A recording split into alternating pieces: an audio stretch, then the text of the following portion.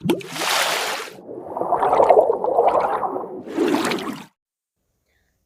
ನಮಸ್ತೆ welcome back to ಸಮಸ್ಯದ ರುಚಿ. ಹೇಗಿದ್ದೀರಾ ಎಲ್ಲರೂ ಆರೋಗ್ಯವಾಗಿದ್ದೀರಾ ಅಂತ ನಾನು ಭಾವಿಸ್ತೀನಿ. ಟ್ರಿಪ್ ಮುಗಿಸ್ಕೊಂಡು ಮನೆಗೆ ಬಂದ್ವಿ. ಇದು ಟ್ರಿಪ್ ಮುಗಿದ ಮಾರನೇ ದಿನದ ವ್ಲಾಗ್ ಆಗಿರುತ್ತೆ. ರಾತ್ರಿ ಬಂದಿತ್ತು ಲೇಟ್ ಆಗಿತ್ತಲ್ವ, ಸೊ ಜಾಸ್ತಿ ಆವಾಗ ವೀಡಿಯೋ ಮಾಡೋಕ್ಕಾಗಲಿಲ್ಲ ಅಂತ ಇವತ್ತು ಊರಿಂದ ಬಂದಿದ್ದು ಮಾರನೇ ದಿವಸದ ವ್ಲಾಗ್ ಇದು. ಸ್ವಲ್ಪ ಬಿಸಿನೀರು ಕುಡಿತಾ ಗಿಡಗಳು ಹೇಗಿದೆ ನೋಡ್ಕೊಂಬರೋಣ ಅಂತ ಟೆರೆಸ್ಗೆ ಹೋಗಿದ್ದೆ. ನೋಡಿ, ಗಿಡಗಳು ತುಂಬ ಚೆನ್ನಾಗಿ ಬಡ್ಸ್ ಎಲ್ಲ ಬಂದಿದೆ. ರೋಸ್ ಪ್ಲ್ಯಾಂಟು ಮತ್ತು ದಾಸವಾಳದ ಗಿಡ ಮತ್ತು ದೊಡ್ಡಪತ್ರೆ, ಇನ್ನೊಂದೆರಡು ಕೆಲವಷ್ಟು ಗಿಡಗಳನ್ನ ಹಾಕ್ಕೊಂಡಿದ್ದೀನಿ ನಾನು. ಬೇಕಾಗತ್ತೆ ಅಲ್ವಾ ಎಲ್ಲದಕ್ಕೂ. ಮಕ್ಕಳಿರೋ ಮನೆಯಲ್ಲಿ ಅಂತೂ ದೊಡ್ಡಪತ್ರೆ ಇದ್ದರೆ ತುಂಬಾ ಒಳ್ಳೆಯದು, ತುಂಬ ಯೂಸ್ಫುಲ್ ಆಗಿರುತ್ತೆ. ಅದಕ್ಕೋಸ್ಕರ ಊರಿಂದ ಬಂದಮೇಲೆ ಸ್ವಲ್ಪ ಟೆರೆಸಿಂದ ಬಂದಮೇಲೆ ಸ್ವಲ್ಪ ಸೆರಾಮಿಕ್ ಜಾಡಿಗಳೆಲ್ಲ ಸ್ವಲ್ಪ ಗಲೀಜಾದಂಗಿತ್ತು. ಸೊ ಅದನ್ನೆಲ್ಲ ತೊಳೆದು ಕ್ಲೀನ್ ಮಾಡಿಕೊಂಡೆ. ನನ್ನ ಹಸ್ಬೆಂಡು ಮಾರ್ಕೆಟ್ಗೆ ಹೋದರು, ತರಕಾರಿ ಎಲ್ಲ ಖಾಲಿ ಆಗಿತ್ತಲ್ವ, ಎಲ್ಲ ತೊಗೊಂಬರೋಣ ಅಂತ ಹೋಗಿದ್ರು. ನಾನು ಅಷ್ಟೊತ್ತಿಗೆ ಮನೆಯಲ್ಲಿ ಸ್ವಲ್ಪ ಅನ್ಪ್ಯಾಕಿಂಗ್ ಎಲ್ಲ ಮಾಡಿಕೊಂಡು ಮನೆಯೆಲ್ಲ ಕ್ಲೀನ್ ಮಾಡಿಕೊಂಡು, ಹಾಗೇ ಒಂದು ಬಿಸಿಬೇಳೆಭಾತ್ ಪೌಡ್ರು ಇತ್ತು ಮನೇಲಿ, ಬಟ್ ವಾಂಗಿಭಾತ್ ಪೌಡ್ರು ಖಾಲಿಯಾಗಿತ್ತು. ಸೊ ಇದ್ದರೆ ನನಗೆ ಈಸಿ ಆಗುತ್ತೆ ಅಲ್ವಾ ಅಂಥೇಳಿ ಪೌಡ್ರ್ ಪ್ರಿಪೇರ್ ಮಾಡ್ಕೋತಾ ಇದ್ದೀನಿ. ನೋಡಿ, ನಮ್ಮ ಚಾನಲಲ್ಲಿ already vangibath powder, puliyogare powder ಎಲ್ಲನೂ ಡೀಟೇಲಾಗಿ ಹಾಕಿದ್ದೀನಿ. ಸೊ ಇವಾಗ ನಾನೇನು ಅಷ್ಟೊಂದು ಎಕ್ಸ್ಪ್ಲೇನ್ ಮಾಡ್ತಾ ಇಲ್ಲ. ನಿಮಗೇನಾದರೂ ಬೇಕಂದರೆ ಖಂಡಿತ ಐ ಕಾರ್ಡಲ್ಲಿ ಇರುತ್ತೆ ನೋಡಿ, ಅಲ್ಲಿ ಕ್ಲಿಕ್ ಮಾಡಿದ್ರೆ ನಿಮಗೆ ಸಿಗುತ್ತೆ. ನೀವು ವಿಡಿಯೋನ ಡೀಟೇಲಾಗಿ ನೋಡ್ಬೋದು. ಈ ಥರ ಪೌಡ್ರ್ ಮಾಡಿ ಇಟ್ಕೊಂಡ್ರೆ ನಮಗೆ ಕೆಲಸಗಳು ತುಂಬಾ ಈಸಿ ಆಗುತ್ತೆ. ಸೊ ಅದಕ್ಕೋಸ್ಕರ ನಾನು ವಾಂಗಿಭಾತ್ ಪೌಡರ್ನ ಯಾವಾಗಲೂ ಸ್ಟಾಕ್ ಇಟ್ಕೊಳ್ಳೋಕ್ಕೆ ಟ್ರೈ ಮಾಡ್ತೀನಿ. ಈ ಪೌಡ್ರ್ ನನಗೆ 2 ಸಲ ಮಾಡ್ಕೋಬೋದು, 1 ಸಲಗಿಂತ 2 ಸರ್ತಿ ಮಾಡ್ಕೋಬೋದು. ನಮ್ಮ ಮನೇಲಿ 4ರಿಂದ 5 ಜನ ಇದ್ದೀವಲ್ಲ, 4ರಿಂದ 5 ಜನಕ್ಕೆ 2 ಸಲ ನಾವು ವಾಂಗಿಭಾತ್ನ ಇಷ್ಟು ಪೌಡರ್ನ ಯೂಸ್ ಮಾಡಿಕೊಂಡು ಮಾಡ್ಕೋಬೋದು. ತುಂಬಾ ಟೇಸ್ಟಿಯಾಗಿರುತ್ತೆ ಈ ಥರ ಮೆಥಡಲ್ಲಿ ಮಾಡಿದ್ರೆ. ಪೌಡ್ರಿಗೆ ಎಲ್ಲ ಹುರ್ಕೊಂಡಾದಮೇಲೆ ಹಾಗೆ ಉಪ್ಪಿಟ್ಟು ಮಾಡೋಣ ಅಂತ ರವೆನೂ ಹುರಿದು ಇಟ್ಕೋತಾ ಇದ್ದೀನಿ. ರವೆ ಹುರಿದು ಸೈಡಲ್ಲಿ ಇಟ್ಕೊಂಡು ಅಷ್ಟೊತ್ತಿಗೆ ವಾಂಗಿಭಾತ್ ಪೌಡ್ರು ಸ್ವಲ್ಪ ಬಿಸಿ ತಣ್ಣಗಾಗಿತ್ತು. ಮಿಕ್ಸರಲ್ಲಿ ಅದನ್ನು ಕೂಡ ಪೌಡ್ರ್ ಮಾಡಿ ಇಟ್ಕೋತಾ ಇದ್ದೀನಿ. ನೋಡಿ, ಒಳ್ಳೆ ಕಲರು, ತುಂಬಾ ಟೇಸ್ಟಿಯಾಗಿರುತ್ತೆ. ನಾನು ತೋರಿಸಿದ್ನಲ್ಲ ಈ ಪ್ರಮಾಣದಲ್ಲಿ 2 ಟೇಬಲ್ ಸ್ಪೂನ್ ಕಡಲೆಬೇಳೆ, 2 ಟೇಬಲ್ ಸ್ಪೂನ್ ಉದ್ದಿನಬೇಳೆ, 1 ಟೇಬಲ್ ಸ್ಪೂನ್ ಧನಿಯಾ, ಹಾಗೆ ಚಕ್ಕೆ, ಲವಂಗ, ಮೊಗ್ಗು, ಕಲ್ಹೂವು, ಜಾಪತ್ರೆ ಇದಿಷ್ಟನ್ನು ಹಾಕಿ, ಪಲಾವ್ ಎಲೆ ಎಲ್ಲನೂ ಹಾಕ್ಕೊಂಡು, ಮೆಣಸು ಹುರ್ಕೊಂಡು ಅದನ್ನು ಒಂದು ಮೀಡಿಯಮ್ ಹೀಟಲ್ಲಿ ಹುರ್ಕೊಂಡು, ಒಣಮೆಣಸಿನ್ಕಾಯಿ ಮತ್ತು ಬ್ಯಾಡಗಿ ಮೆಣಸಿನ್ಕಾಯಿ ಎರಡನ್ನೂ ಹಾಕ್ಕೊಂಡು ಪೌಡ್ರ್ ಮಾಡಿಟ್ಕೊಂಡ್ರೆ ತುಂಬಾ ಟೇಸ್ಟಿಯಾಗಿರುತ್ತೆ. ನಾನು ಅದನ್ನೆಲ್ಲ ಮಾಡ್ಕೊಳ್ಳೋ ಅಷ್ಟೊತ್ತಿಗೆ ಶ್ರೇಯಾ ನೋಡಿ ಸ್ವಲ್ಪ ನನಗೆ ಹೆಲ್ಪ್ ಮಾಡ್ತಾಯಿದ್ಲು. ಡಸ್ಟಿಂಗ್ ಎಲ್ಲ ಮಾಡ್ಕೋತಾ ಇದ್ವಿ. ಊರಿಗೆ ಹೋಗಿ ಬಂದರೆ ನಾವು ಎಷ್ಟು ಕ್ಲೀನಾಗಿ ಇಟ್ಕೊಂಡಿರ್ತೀವಿ, ಮನೇನ ಕ್ಲೀನಾಗಿಟ್ಟು ಹೋಗಿದರೆ ನಮಗೆ ಊರಿಂದ ಬಂದಮೇಲೆ ಒಂಥರ ಪ್ಲೆಸೆಂಟಾಗಿರುತ್ತೆ. ಆದರೂ ಕೂಡ ಸ್ವಲ್ಪ ಧೂಳೆಲ್ಲ ಕ್ಲೀನ್ ಮಾಡ್ಕೋತಾ ಇದ್ಲು ಶ್ರೇಯಾ. ನಾನು ಅಷ್ಟೊತ್ತಿಗೆ ಅಡುಗೆ ತಿಂಡಿ ಎಲ್ಲ ಪ್ರಿಪೇರ್ ಮಾಡ್ಕೊಳ್ಳೋಣ ಅಂತ ಮಧ್ಯಾಹ್ನ ಅಡುಗೆ ಕೂಡ ಒಂದೇ ಸಲ ಪ್ರಿಪೇರ್ ಮಾಡ್ಕೋತಾ ಇದ್ದೀನಿ. ನಾನು ಮೊಳಕೆ ಹುರುಳಿಕಾಳು ಸಾರಿಗೆ ಈರುಳ್ಳಿನ ಹಾಕ್ಕೊಂಡು ಹುರ್ಕೋತಾ ಇದ್ದೀನಿ. ಈರುಳ್ಳಿ ಒಂದು 3 ಮೀಡಿಯಮ್ ಸೈಜ್ ಈರುಳ್ಳಿನ ಈ ಥರ ದಪ್ಪನಾಗಿ ಕಟ್ ಮಾಡಿ ಹಾಕ್ಕೊಂಡಿದ್ದೀನಿ. 1 ಇಂಚಷ್ಟು ಶುಂಠಿ, ಹಾಗೆ 1 ಮೀಡಿಯಮ್ ಸೈಜ್ ಬೆಳ್ಳುಳ್ಳಿ ಇದಿಷ್ಟು ಸುಲಿದು ಹಾಕ್ಕೊಂಡಿದ್ದೀನಿ. 2 ಮೀಡಿಯಮ್ ಸೈಜ್ ಟೊಮ್ಯಾಟೊನ ಹಾಕ್ಕೊಂಡಿದ್ದೀನಿ. ಇದು ಈ ರೀತಿ ನಾವು ಹುರಿದು ಮಾಡೋದ್ರಿಂದ ಸಾರು ತುಂಬಾ ಟೇಸ್ಟಿಯಾಗಿರುತ್ತೆ.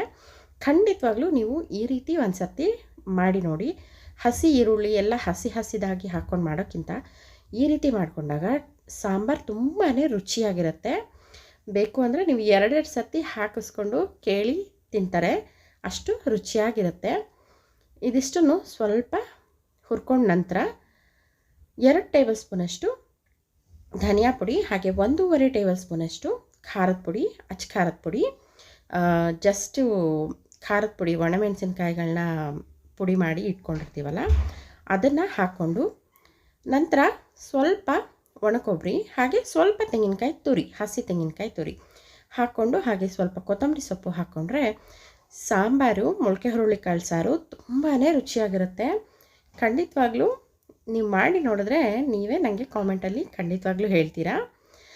ಇದನ್ನೆಲ್ಲ ರೆಡಿ ಮಾಡಿ ಇಟ್ಕೊಂಡು ನಂತರ ಶ್ರೇಯಾ ಡಸ್ಟಿಂಗ್ ಎಲ್ಲ ಮಾಡ್ಕೋತಾ ಇದ್ಲು. ಅವಳಿಗೆ ಸ್ವಲ್ಪ ನಾನು ಕೂಡ ಹೆಲ್ಪ್ ಮಾಡಿದೆ. ಅದಾದಮೇಲೆ ನಾನು ಮಿಕ್ಕಿದ್ದು ಅಡುಗೆ ಎಲ್ಲ ಮಾಡ್ಕೊಳ್ಳೋಕ್ಕೆ ಶುರು ಮಾಡಿದೆ. ಸ್ವಲ್ಪ ಕಸ ಗುಡಿಸೋದು, ನೆಲ ಒರೆಸೋದು ಎಲ್ಲ ಮುಗಿಸ್ಕೊಂಡು ನಂತರ ಸಾರಿಗೆ ಮಸಾಲ ಎಲ್ಲ ರುಬ್ಬಿ ರೆಡಿ ಮಾಡಿ ಇಟ್ಕೊಂಡಿದ್ದೆ. ಇವಾಗ ಕುಕ್ಕರ್ ಇಟ್ಕೋತಾ ಇದ್ದೀನಿ. ಸ್ವಲ್ಪ ಎಣ್ಣೆ ಹಾಗೆ ಸಾಸಿವೆ ಹಾಕ್ಕೊಂಡು ಸಾಸಿವೆ ಅಂತ ಸಿಡಿದ್ಮೇಲೆ ಒಂದು 1/4 kg ಮೊಳಕೆ ಹುರುಳಿಕಾಳು ಮಾರ್ಕೆಟಿಂದಲೇ ತೊಗೊಂಬಂದಿದ್ರು ನಮ್ಮ ಮನೆಯವರು. ಮೊಳಕೆ ಹುರುಳಿಕಾಳನ್ನ ಹೊರಗಡೆಯಿಂದ ತೊಗೊಂಬಂದಿದ್ರೆ ಅದನ್ನು ನೀಟಾಗಿ ಚೆನ್ನಾಗಿ ತೊಳೆದು ಸ್ವಲ್ಪ ಜಾಲಿಸ್ಕೊಂಡ್ರೆ ತುಂಬ ಒಳ್ಳೆಯದು. ತಳದಲ್ಲಿರೋದನ್ನು ಆದಷ್ಟು ಬೇಕಾದರೆ ಕ್ಲೀನ್ ಮಾಡಿ ಹಾಕ್ಕೋಬೇಕಾಗತ್ತೆ. ಅಕಸ್ಮಾತ್ ಕಲ್ಲಿದ್ದರೆ ಕಷ್ಟ, ಅವ್ರು ಹೇಗೆ ಕ್ಲೀನ್ ಮಾಡಿರ್ತಾರೆ ಗೊತ್ತಿರಲ್ಲ ಅಲ್ವಾ. ಸೊ ಅದಕ್ಕೆ ಕ್ಲೀನಾಗಿ ತೊಳೆದು ಜಾಲಿಸ್ಕೊಂಡು ಅದಕ್ಕೆ ಆಲೂಗಡ್ಡೆ ಮತ್ತು ಬದನೆಕಾಯಿನ ನಾನು ತರಕಾರಿ ಹಾಕ್ಕೊಂಡಿದ್ದೀನಿ. ಬೇರೆ ಯಾವ ತರಕಾರಿನೂ ನಾನು ಯೂಸ್ ಮಾಡಿಲ್ಲ. ರುಬ್ಬಿರೋ ಅಂಥ ಮಸಾಲಾನ ಇದಕ್ಕೆ ನುಣ್ಣಗೆ ರುಬ್ಕೊಂಡಿರೋವಂಥ ಮಸಾಲಾನ ಇದಕ್ಕೆ ಸೇರಿಸ್ಕೋಬೇಕು. ಮೊದಲು ಮಸಾಲ ರುಬ್ಕೊಳ್ಳೋವಾಗ ಕೊಬ್ಬರಿ ಮತ್ತು ಒಣಮೆಣಸಿನ್ಕಾಯಿ ಇದ್ದರೆ ಅಕಸ್ಮಾತು ಅದನ್ನು ಪೌಡ್ರ್ ಮಾಡ್ಕೊಳ್ಳಿ. ಇಲ್ಲಾಂದರೆ ಅದು ಅಷ್ಟು ನೀಟಾಗಿ ಪುಡಿ ಆಗಲ್ಲ. ಅದಕ್ಕೋಸ್ಕರ ಫಸ್ಟೇ ಪುಡಿ ಮಾಡಿಕೊಂಡ್ರೆ ತುಂಬ ಚೆನ್ನಾಗಿ ಪುಡಿ ಆಗುತ್ತೆ. ಅದಾದಮೇಲೆ ಮಸಾಲನೆಲ್ಲ ಮಿಕ್ಸ್ ಮಾಡಿ ಇನ್ನೊಂದು ಸರ್ತಿ ರುಬ್ಕೊಂಡು ಎಷ್ಟು ಬೇಕಷ್ಟು ನೀರು ಹಾಕ್ಕೊಂಡು ರುಚಿಗೆ ತಕ್ಕಷ್ಟು ಉಪ್ಪು ಹಾಕ್ಕೊಂಡು ಕುಕ್ಕರ್ ಲಿಡ್ ಕ್ಲೋಸ್ ಮಾಡಿ 2 ವಿಷಲ್ ಅಷ್ಟೇ ಸಾಂಬಾರು ರೆಡಿ ಆಗುತ್ತೆ.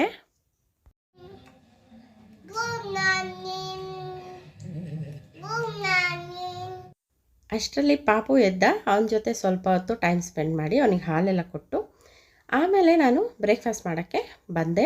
ಉಪ್ಪಿಟ್ಟು ಗೊತ್ತಲ್ಲ, ರವೆ ಹುರಿದಿಟ್ಟಿದ್ನಲ್ಲ, ಏನಿಲ್ಲ, ತುಂಬ ಸಿಂಪಲ್ಲಾಗಿ ನೀವೆಲ್ಲರೂ ಹೇಗೆ ಉಪ್ಪಿಟ್ಟು ಮಾಡ್ತೀರಾ ತರಕಾರಿ ಉಪ್ಪಿಟ್ಟು ಹಾಗೆಯೇ ನಾನು ಮಾಡ್ಕೊಂಡಿದ್ದೆ. ಇದರಲ್ಲೇನು ವಿಶೇಷತೆ ಏನೂ ಇಲ್ಲ, ಬೇಗ ಆಗುತ್ತೆ, ಕ್ವಿಕ್ಕಾಗುತ್ತೆ ಅಂತ ಹೇಳಿ ನಾನು ಉಪ್ಪಿಟ್ಟು ಮಾಡಿಕೊಂಡೆ.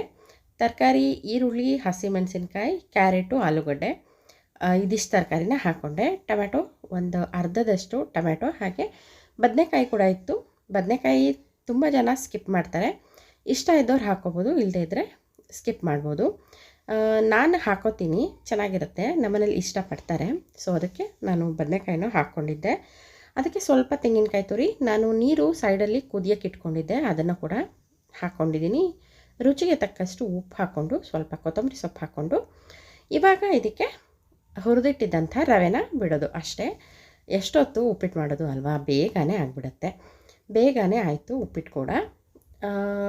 ಉಪ್ಪಿಟ್ಟನ್ನು ರೆಡಿ ಮಾಡಿ ಸ್ವಲ್ಪ ಹೊತ್ತಾದಮೇಲೆ ಅಷ್ಟೊತ್ತಿಗೆ ಎಲ್ಲರೂ ಫ್ರೆಶ್ ಅಪ್ ಆಗಿ ಬಂದರು. ನಾನು ವಾಷಿಂಗ್ಗೆ ಬಟ್ಟೆ ಕೂಡ ಹಾಕಿದ್ದೆ. ಸೊ ಇವತ್ತು ಸ್ವಲ್ಪ ಲೇಟಾಗಿ ಸ್ನಾನ ಮಾಡೋಣ ಅಂತ ಹೇಳ್ಬಿಟ್ಟು ನಿಧಾನವಾಗಿ, ಮಕ್ಕಳಿಗೆಲ್ಲ ರಜಾ ಇತ್ತಲ್ವ, ನಿಧಾನವಾಗಿ ಎಲ್ಲರೂ ಬ್ರೇಕ್ಫಾಸ್ಟ್ ಆದಮೇಲೆ ಫ್ರೆಶ್ ಅಪ್ ಆಗಿ ಎಲ್ಲ ಮಾಡ್ಕೊಂಡ್ವಿ.